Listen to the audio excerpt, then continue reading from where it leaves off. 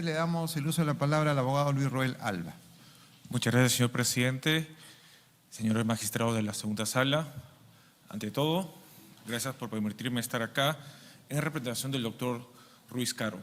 La historia nos remonta hasta 1995, año en que el doctor Ruiz Caro adquiere este inmueble con su estacionamiento a la Caja de Pensiones Militar Policial. Realiza los pagos hasta el 2000, 2001, hasta que sucede un hecho que es conocido por todos, ¿no? La mala administración, la fraudulenta administración y que toda la directiva, los administradores terminan investigados, procesados, inclusive encarcelados. Frente a esa situación, la Caja administrativamente dejó de funcionar por un tiempo. ¿Y qué sucedió? El doctor Ruiz Caro, así como otros ciudadanos que compraron esos bienes y que pagaron y tienen contrato de compra-venta, notariado y todo, no podían depositar porque no había a quién hacerlo. Porque los que eran los funcionarios estaban procesados o estaban ya en cárcel o la administración misma estaba cerrada. Frente a esa situación, los mismos afectados, los propietarios, cursan una comunicación señalando: muy bien, señores de la Caja, ¿cómo hacemos para pagar? Indíquenos cómo. No hubo respuesta hasta el 2008, 6 años después. Claro, cuando ya estaba todo saneado, cuando ya estaba todo regularizado, y señalan de que, bueno, como hubo impagos, todos los que no pagaron, inclusive el doctor Ruiz Caro, sus contratos eran nulos por no haberse pagado las cuotas, y por ende las propiedades se podían transferir a terceros. Frente a esta situación, el doctor Ruiz Caro inicia un proceso civil para otorgamiento de escritura pública. El proceso civil continúa y sigue, se mantiene, hasta que se emite la casación 1302-2018, que es materia de este proceso de amparo. En esta casación del 1302-2018 es algo muy interesante. Para empezar, en esta casación se desnaturaliza, porque el objeto del proceso civil era la entrega de escritura pública. Lo que se convierte este proceso a través de la Sala Civil Permanente de la Corte Suprema de Justicia es en una declaración de nulidad de contrato de compra-venta. O sea, vas por A como demandante y terminas con la nulidad de tu contrato, cuando son dos fines totalmente distintos. Inclusive, hay un proceso civil que ustedes conocen y todo el mundo conoce, que es de que, bueno, si tú no pagas con las cuotas de un contrato, hay lo que se llama el proceso civil de anulación de contrato. Pero acá, la Corte Suprema, para ser específico, la Sala Civil Permanente, hace algo totalmente ilegal, inconstitucional. Y no solo eso, porque es muy interesante, porque contraviene esta casación 1302-2018 en materia de este amparo, la casación 1310-2013. No solo la contraviene, sino que uno de sus integrantes, el doctor Ticona Postigo, lo muestro, Ticona Postigo, que suscribe la 1302-2018, también suscribe la 1310-2013. A ver, y era sobre el mismo tema, entrega de escritura pública, y además algo más interesante, el mismo demandante, el doctor Ruiz Caro, mi defendido. Y, bueno, ustedes saben como magistrados, de que si tú te quieres apartar de lo que has decidido en un primer momento, tienes que tú, en la siguiente decisión, motivar por qué tal apartas, lo cual no se hizo. El doctor Ticona Testigo no hace ni un voto singular ni nada. Y además, no solo eso, no refuerza el argumento del por qué. Algo adicional de por qué esta casación, materia de este amparo, afecta la debida motivación. La casación 1302-2018 contraviene el pleno jurisdiccional civil de la Corte Suprema de Justicia de Lima Norte del 2009. lo contraviene. Es decir, entonces, no solo la Sala Civil Permanente, al emitir la casación 302-2018, contraviene primero un pleno casatorio, sus integrantes no argumentan el por qué fallan distinto a una anterior casación y, lo más importante, denaturalizan el objeto del proceso. ¿Cómo un proceso de otorgamiento de escritura pública se convierte luego en una nulidad de contrato? Eso es imposible. Es como si en el Tribunal Constitucional voy por un proceso competencial y sale con una demanda de inconstitucionalidad. Y esto me lo tiene que decir el procurador del Poder Judicial. Porque inclusive en las dos sentencias de la tercera sala y en la Sala de Derecho Constitucional y Social Permanente de la Corte Suprema, que declara improcedente la demanda de amparo en dos instancias, dicen lo mismo, copiar y pegar. De que no, el amparo se está utilizando como cuarta instancia. Discúlpenme. Muchas gracias. Gracias, abogado, por ceñirse a los tiempos. Le damos el uso de la palabra al abogado representante de la Caja de Pensiones Militar Policial, Daniel Enostroza, ¿correcto? Así es. Sí, señor presidente. Enostroza con HT. Muy bien.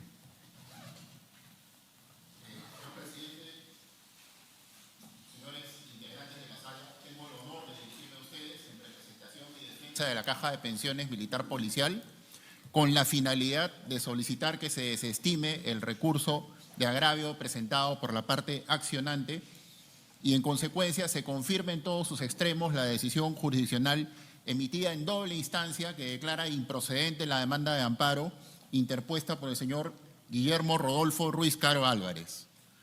Hemos escuchado atentamente la exposición de nuestro colega y debemos alertar al tribunal que en realidad se sustenta en fundamentos inexactos.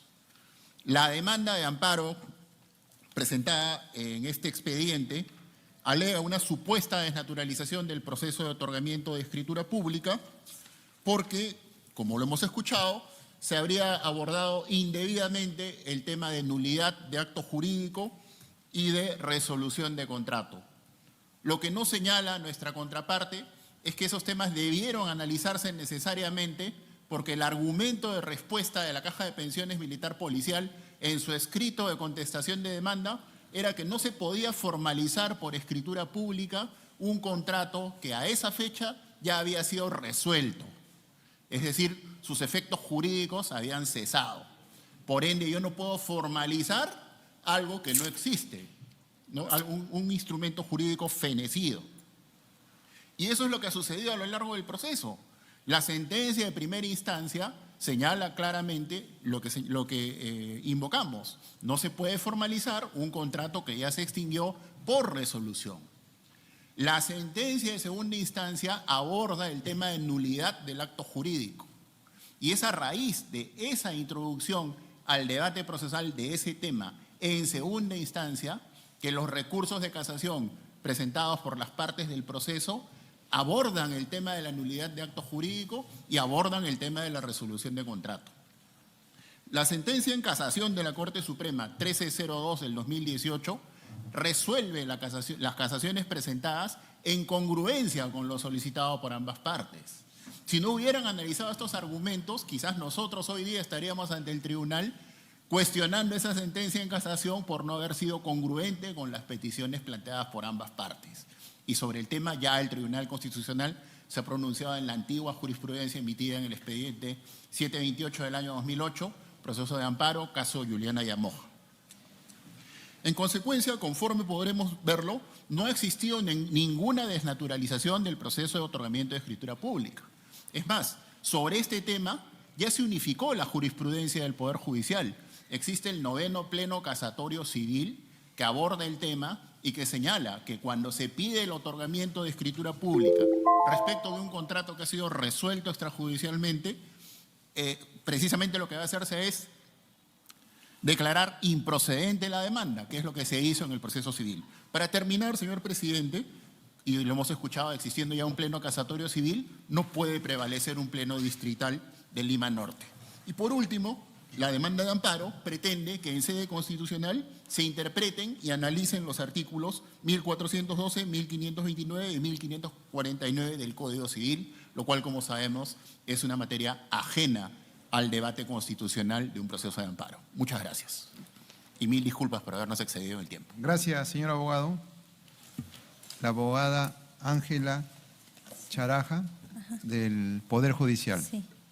Señores magistrados, reitero mis saludos con el abogado de la defensa de la parte demandante. Buenos días.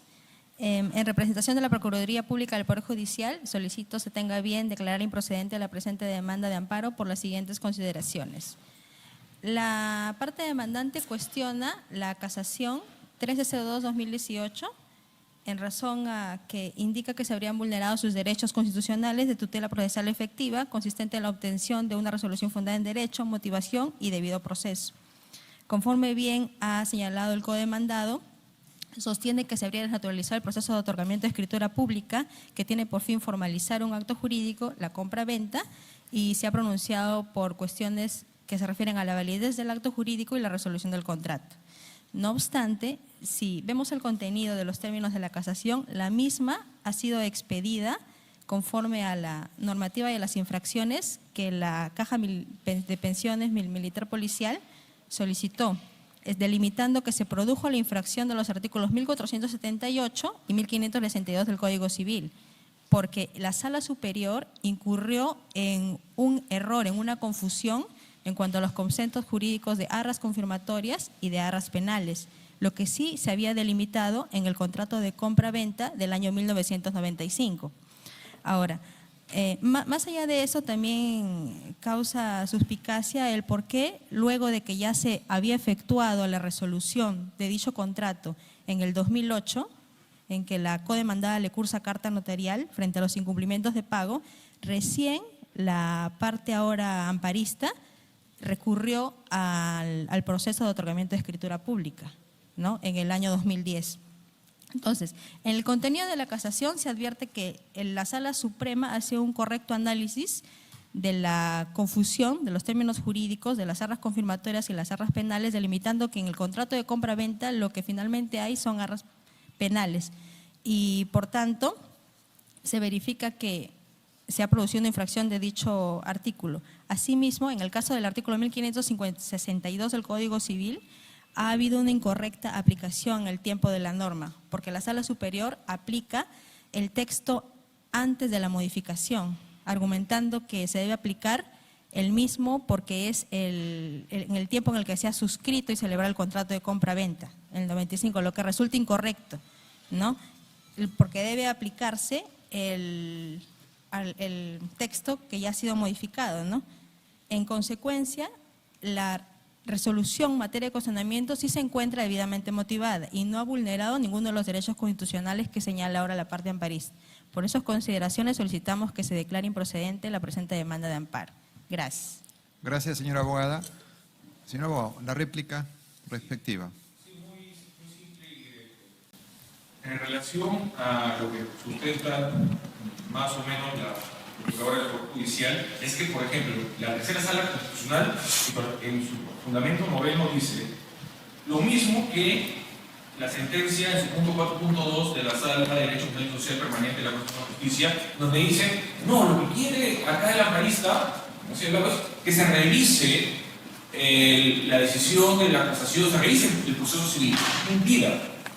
El Tribunal Constitucional y el amparo, cuando una afectación al debido proceso, y dentro de su garantía del debido proceso está la debida motivación, por los hechos que he mencionado, la contradicción entre las casaciones donde hay un integrante de ambas salas, donde hay dos casaciones donde está el mismo hecho que es la entrega de escritura pública de un inmueble a la misma persona demandante, ¿por qué no hay, o uno, una coherencia, o dos, que refuerce si vas a contradecir la anterior de una mejor manera? Porque no suele decir sí porque sí, sino no explicar las razones. Y acá no se ha hecho. Muchas gracias. Bien.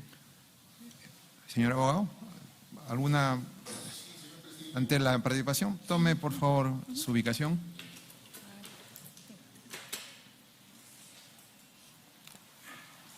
Muy breves acotaciones sobre el tema de hecho, ¿no? Escuchamos hace unos instantes a nuestro colega que dice que las personas que adquirieron los inmuebles no pudieron pagarlos debido a la falta de funcionamiento de la caja de pensiones. Sí. Señor presidente, toda persona, y con mayor razón el demandante que es abogado de profesión de esto, debe ser declarada improcedente. En consecuencia, no ha existido vulneración al debido procedimiento. Ya. Gracias. Señora abogada, ¿también va a participar? Finalmente, señor magistrado, solo conforme a lo que enuncia la parte codemandada, en efecto no se puede elevar a escritura pública un contrato cuando ya está resuelto, que es el caso que nos atañe en este proceso, ¿no? Y por eso es que la demanda debe declararse improcedente. Correcto. Gracias, gracias. A ver, Solo unos 10 segundos. Primero, son inexactitudes que dicen que se ha señalado más bien y son inexactos. Yo no estoy hablando sobre el pleno casatorio, estoy hablando de casaciones contradictorias donde un juez supremo esté involucrado. Número 2, sobre el tema de las consignaciones, justamente los que habían comprado los inmuebles mandaron una carta señalando a quién y a dónde consignar. No hubo respuesta hasta el 2008. Y luego, sobre el contrato, fue resuelto unilateralmente. Muchas gracias. gracias. ¿Preguntas? A la parte demandada, una pregunta. Actualmente, este inmueble, ¿quién está en posesión? Creo que lo ha pasado a otra empresa, ¿no? El inmueble fue transferido, señor presidente, por la caja de pensiones a la empresa administradora del comercio. Ah, correcto. Luego que ha sido resuelto el contrato. Y ya está. Pero previamente, disculpen A ver. la venia, señor presidente, estuvo en posesión hasta ese momento del señor Ruiz Caro. Estuvo en posesión Exactamente. desde la década de los 90. Exactamente, del Hasta- momento, hasta que justamente hubo este tema de el 2008, donde ya hubo la carta donde se solicitó la resolución del contrato de manera unilateral. Ya. Bien, muchas gracias.